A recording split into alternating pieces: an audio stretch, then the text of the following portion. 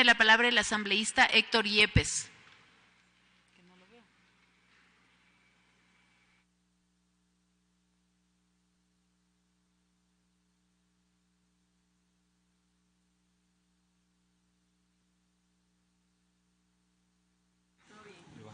Muchas gracias, señora presidenta. Estimados legisladores, muy buenas tardes ya con todos.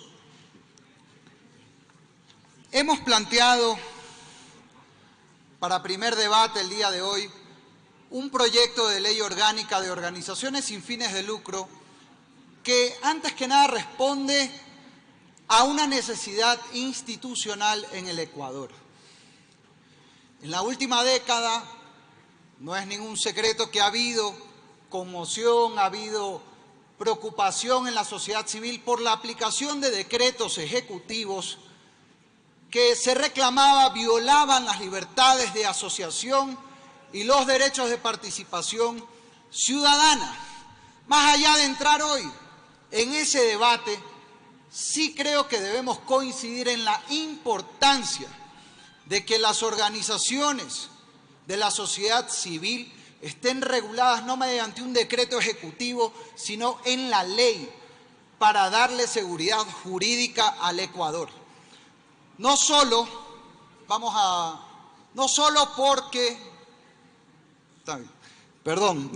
porque lo exige la seguridad jurídica, sino porque lo exige la propia Constitución cuando impone reserva de ley orgánica al momento de regular derechos fundamentales como la libertad de asociación y la participación ciudadana. Como no podría ser de otra manera, un proyecto de esta índole ha contado con una amplia socialización.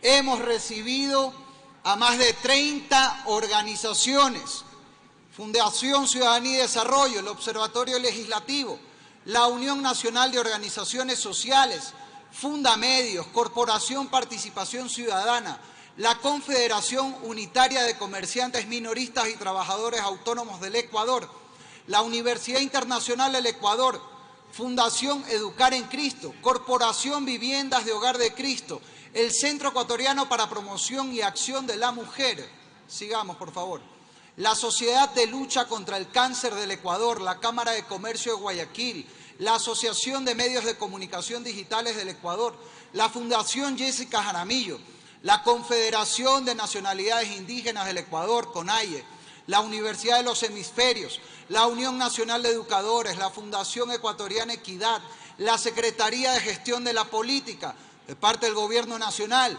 el Centro Ecuatoriano de Desarrollo y Estudios Alternativos, FACIM, Sociedad Civil, la Federación de Barrios del Cantón Francisco Orellana, la Fundación Pachamama, trabajadores del Bloque 61, la Organización La Lojanita, la Unión Nacional de Educadores de Orellana, la Fundación Ayo Huarmicuna, la Junta Provincial de Defensa del Artesano de Orellana, la Federación de Estudiantes Secundarios del Ecuador, la Asociación de Vigilantes de Orellana, entre otras, eso hasta el cierre del primer debate. Es decir, aquí hemos recibido a estudiantes, a grupos de voluntariado, hemos recibido a gremios productivos, de agricultores, de empresarios, también hemos recibido a organizaciones que hacen activismo por el medio ambiente y otros temas, porque esta es una ley que abarca el conjunto de acciones de la sociedad civil. Siguiente, por favor.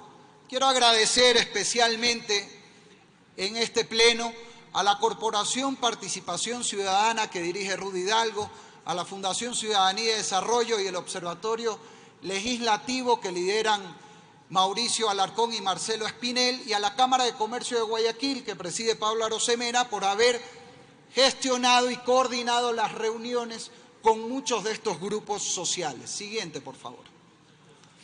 Decía al principio que garantizar la libertad de asociación es el objetivo de este proyecto de ley y hacerlo mediante una ley orgánica que no se preste luego para arbitrariedades y que luego tenemos un presidente con mal humor que se dedica a perseguir organizaciones. Eso hay que evitarlo con claridad desde la ley. Para ello también garantizamos las sociedades tanto de hecho como de derecho.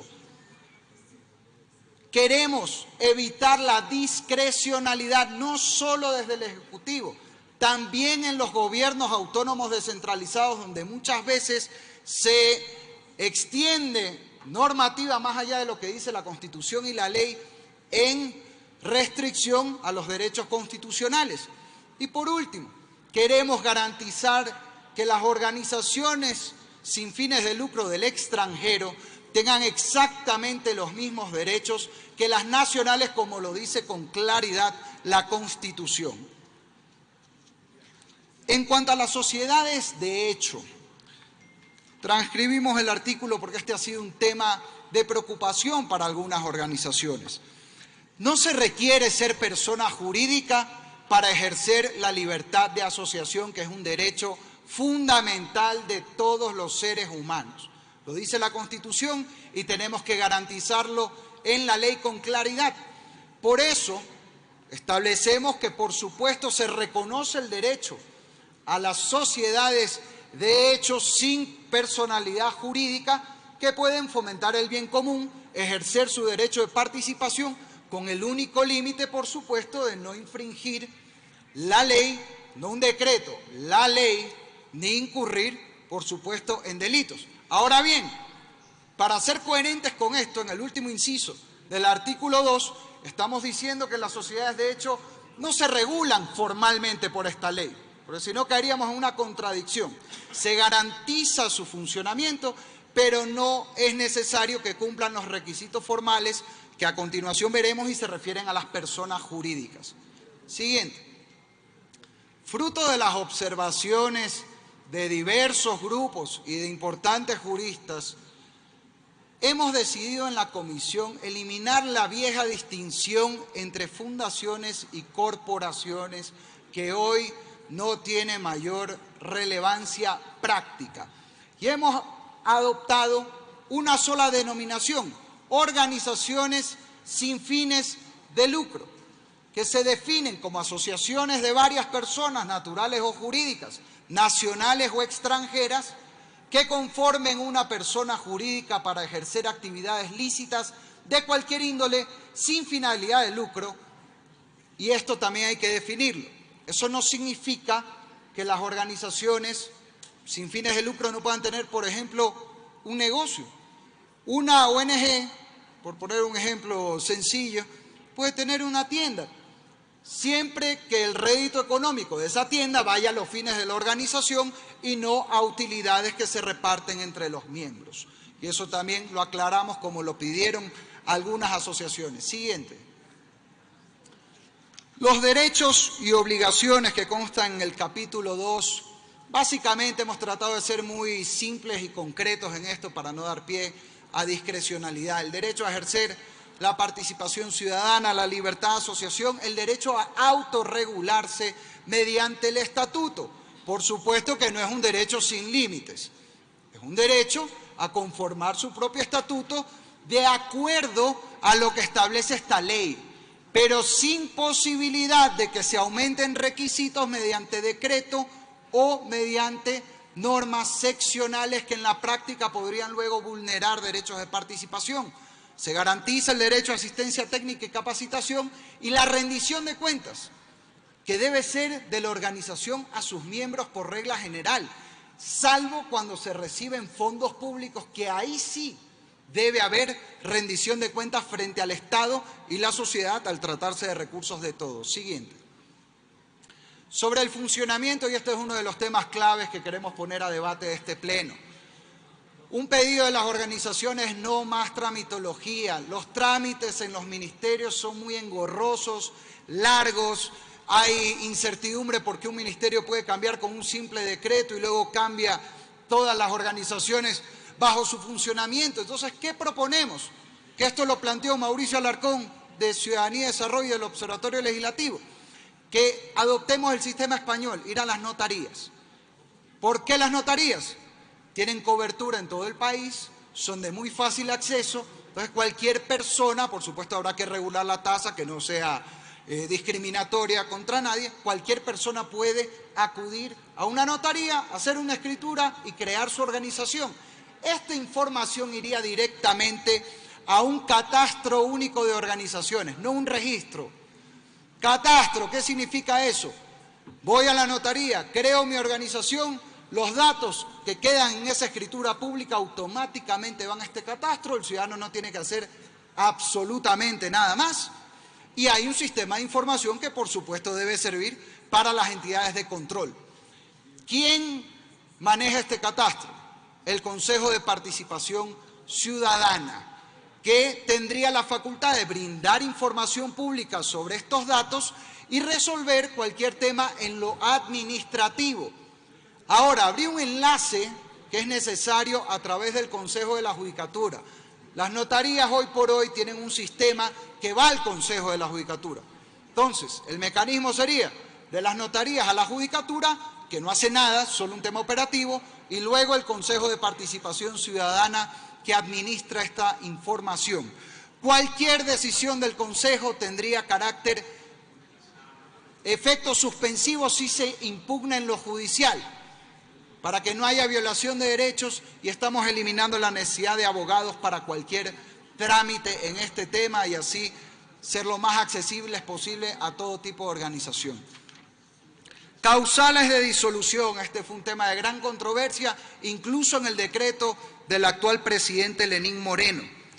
Estamos poniendo únicamente disolución voluntaria, disminución del número de miembros al mínimo legal, la finalización del plazo de duración, infracción penal declarada por juez en sentencia ejecutoriada y las causales que establezca libremente la organización en su estatuto. En esto queremos ser muy claros, que no haya pie a interpretaciones extensivas ni discrecionalidades para garantizar la libertad de asociación.